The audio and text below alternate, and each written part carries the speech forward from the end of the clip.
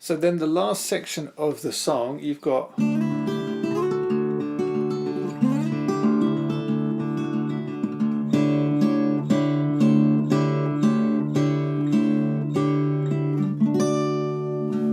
okay, so not too bad. Hold down the 3rd fret on the high up on the B string, sorry, and play that with the open E, and slide up to the 5th. Open D, 3rd fret on the high E, open low E, 5th on the B again, open D, and then yeah. So use your 5th fret, first finger to play the 5th fret on the high E string after that. So you've gone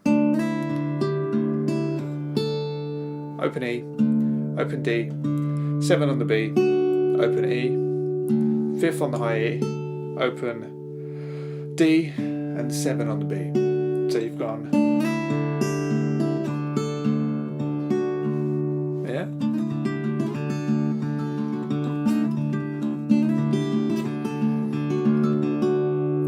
And then you basically do the same thing, but here, which is, you could just do exactly the same thing twice, but I go, you know, open E string with a 4th on the G, and slide up to the 9, open D, then I catch the 8 on the B, open E again, 9 on the G, open D, 10 on the B. So like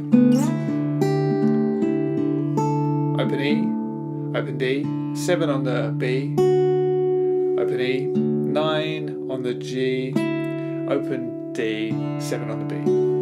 So all of that together, you've got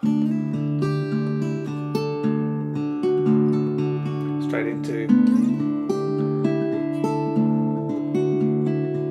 open D string, and then I'm holding down the 9th fret on the G, 8th fret on the B, and 9th fret on the high E. It's just an A7 chord, wanting to resolve down to a D, but you've got your little A7 there, and then you can play that just with the E string, or you can alternate between the E string and the D string.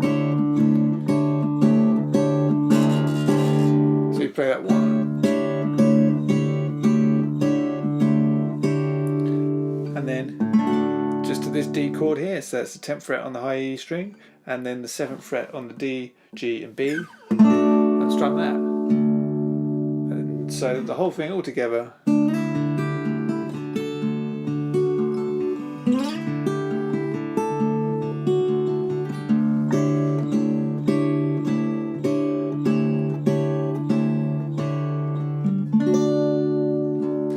And that is how you play Embryonic Journey.